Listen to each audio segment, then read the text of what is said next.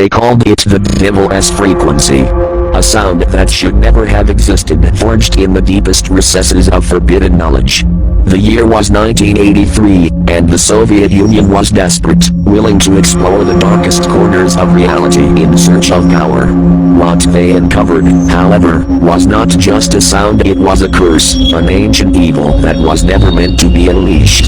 The project began as an attempt to weaponize sound. Scientists, driven by a mix of ambition and fear, sought to create a frequency that could control, manipulate, even destroy the human mind.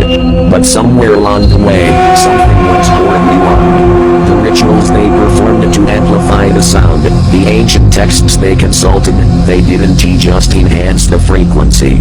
They summoned something. The first to hear it were the scientists themselves. They had only intended to test the sound as effects on a small scale, but as soon as it was played, the room went cold.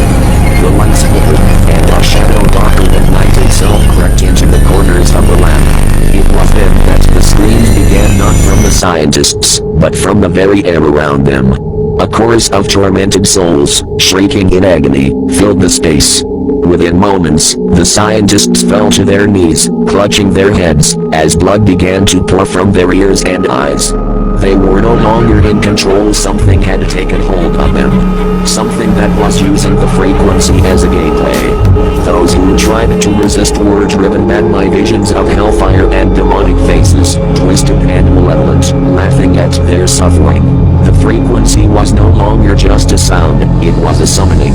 It called forth entities that fed on fear and pain, demons that had been trapped in the void for millennia. And now, they had found a way into our world.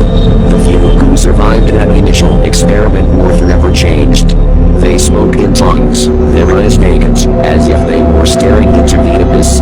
They warned of the sound, of how it was more than just a weapon, it was a key that could open the gates to something far worse than death.